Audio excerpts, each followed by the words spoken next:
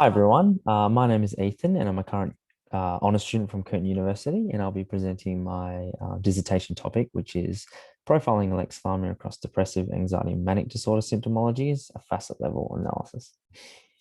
And so alexithymia is a personality trait characterized by three core facets, which are difficulties identifying feelings, difficulties describing feelings, and lastly, this externally oriented thinking style, which is more or less this tendency to excessively focus on your external realities as opposed to focusing on your own internal emotional states.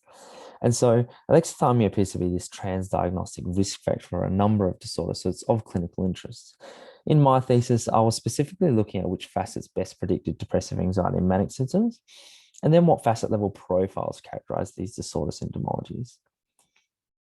So this is just a snapshot of our latent profile analysis output, which is basically a modeling technique designed to categorize participants into profiles based on their response, based on their patterns of responses. And so if you just look at the top two, the purple and orange profiles, they've got similarly elevated levels of depression and anxiety, but they're distinguished by quite different alexithymia presentations. While all the facets are elevated, the purple profile is characterized by substantially higher difficulties identifying and describing positive emotions, and also this high externally oriented thinking.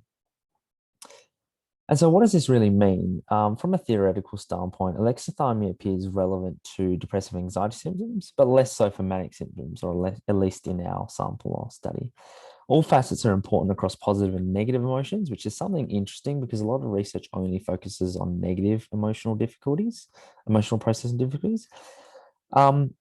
Difficulties identifying feelings across both positive and negative emotions came out as a major predictor for depressive anxiety in our regression analyses. And as you saw on the last slide, there seem to be multiple subtypes of alexithymia. From a clinical standpoint, it may be useful to assess alexithymia in someone presenting with depressive and anxiety symptoms, and just being aware that someone may present with a different alexithymia profile to sort of target and treat specific domains of alexithymia to allow for more optimized treatment. Anyways, thanks for listening, everyone, and thanks for tuning in this virtual world. Thanks. That's it. How to stop this?